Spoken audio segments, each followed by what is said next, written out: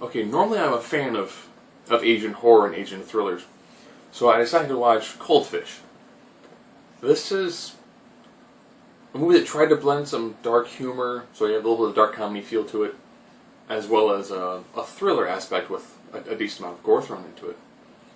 The idea is you have this really sharp juxtaposition between this man who's very rich, very powerful, who seems very eccentric, and a guy who runs a much lower quality fish store. I should mention both these guys run exotic fish stores. Who's very meek, very poor, essentially very pathetic. His daughter can't stand him. His current wife can't stand him. And then one day his daughter shoplifts. The owner of the much more successful store kind of goes, well, here's what we're going to do. We're not going to press charges, and instead your daughter can work for me at my exotic fish store. Okay?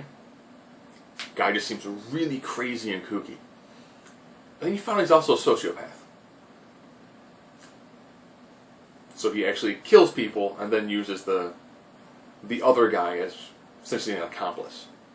So he kind of just forces him into this life of butchering people and disposing of the bodies, while at the same time offering to give him and his family a better life.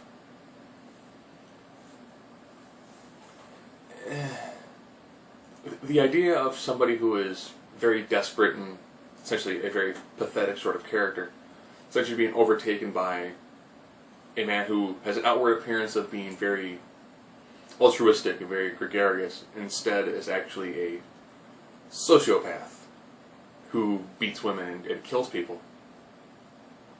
So he has this really bizarre, like, over-the-top personality, but in real life he is a mass murderer.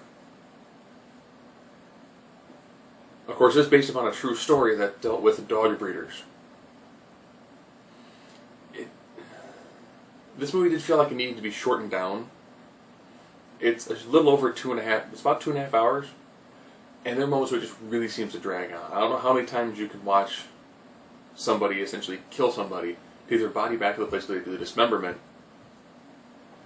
it while laughing at the body part. It's like, oh, look at his liver. And things of that nature. It's just like, eh. Okay, so they're going to be butchering this guy and being like gleefully happy about it. And the person who's kind of their forced accomplice is going to kind of cry. 20 minutes later, okay, so they're butchering a body again, and the forced accomplice is kind of just there crying. You know, normally these are pretty solid movies. This one just seemed like, you know, beyond the intellectual side, which kind of runs itself dry after like the hour and a half mark, this is a movie that you could probably avoid.